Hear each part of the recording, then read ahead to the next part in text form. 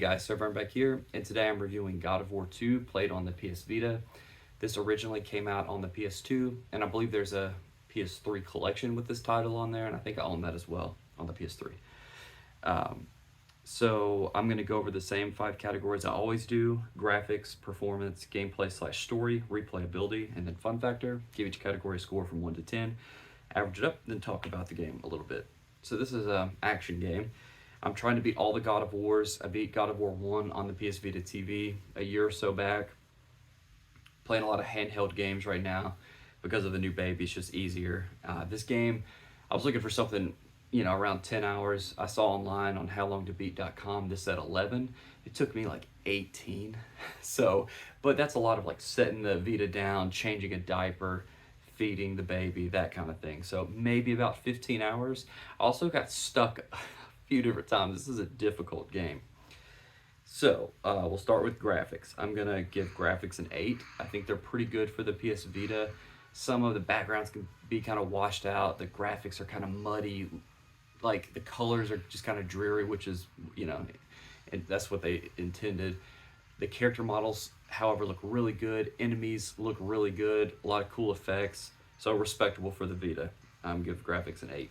Performance, I'm gonna have to dog a little bit. I had numerous bugs, one of which I thought was gonna be game breaking. Nothing game breaking though. I made it through the whole game, but at one point I was trying to move and my character would just hold his arm up. I couldn't move.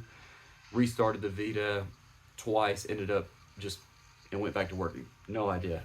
Got caught on a ledge a few times where he would just it's a little rough around the edges. It may just be because it's running on older hardware.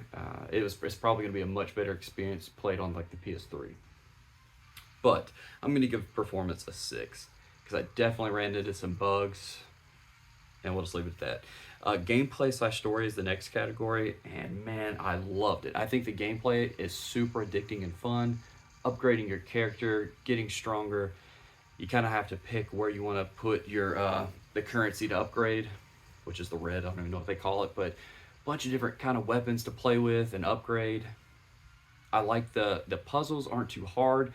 They're just difficult enough to get you to think. I think they're like perfect puzzles. It's kind of like, I'm glad they're in there. If not, it would just be one corridor to the next, just fighting. It breaks up the game a little bit, adds a little more to it. And some of them they're not hard, but they're really creative and they make you think just enough, like I said. So I like the loop.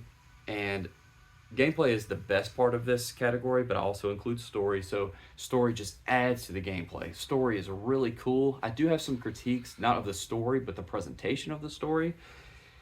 I even went in and like turned down the music and the effects volume.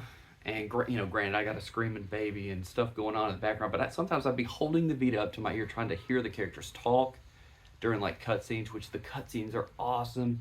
The game's epic.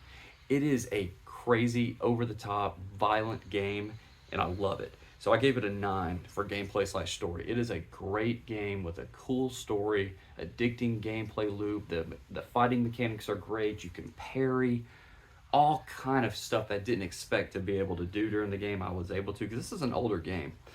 Really cool. 9 out of 10 for gameplay/story. Replayability is also kind of high for this kind of game for me.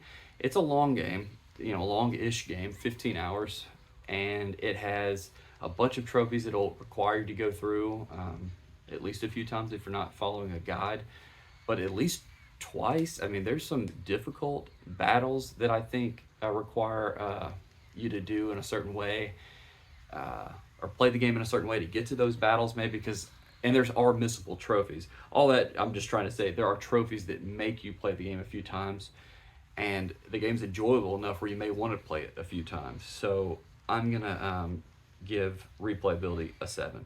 I think that's a pretty good score for this title. Fun factor is going to be the next category.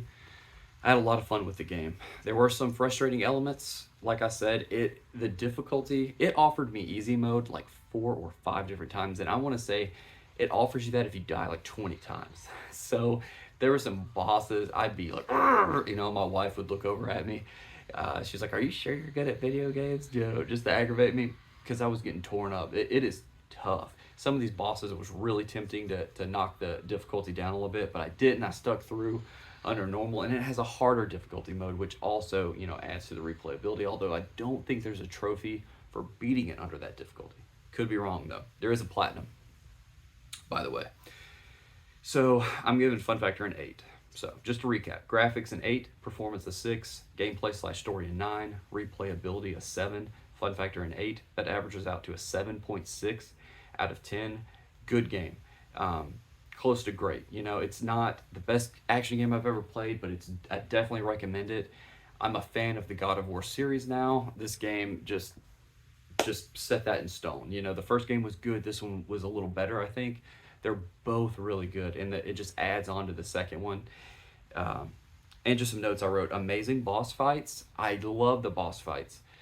But the only critique I have of that is there may be too many quick time events. Not everybody's going to love those, and it even switches them up. I noticed that I missed a quick time event and died, and it'd be kind of frustrating. You have to start over the part or watch that cutscene. No skippable cutscene. So that's why I knocked fun factor down to an 8 instead of a 9.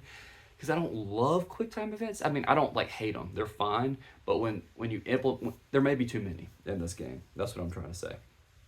It's very violent. It's got nudity. It's not for kids. So it is definitely a mature rated game. But I loved it. I thought it was really cool. And like I said, the sound too low. I really wish they need to patch that or whatever. Or maybe it's just me losing my hearing. But I could not hear. Oh, and there's no subtitles. I looked for that. I wish there was subtitles. So that's kind of a bummer. But overall, God of War 2, played on the PS Vita, great title. The God of War collection on PS Vita comes with God of War and God of War 2. I think that's it. But the one on PS3, I think, comes with Chains of Olympus, Ghost of Sparta, like 4 or 5 games. So that's probably what I'll play in the future. I might play, I don't know if those are PSP titles or what, but I might play a little handheld game on the Vita of one of those. But that's all I've got for God of War 2. Recommended. SirVern out.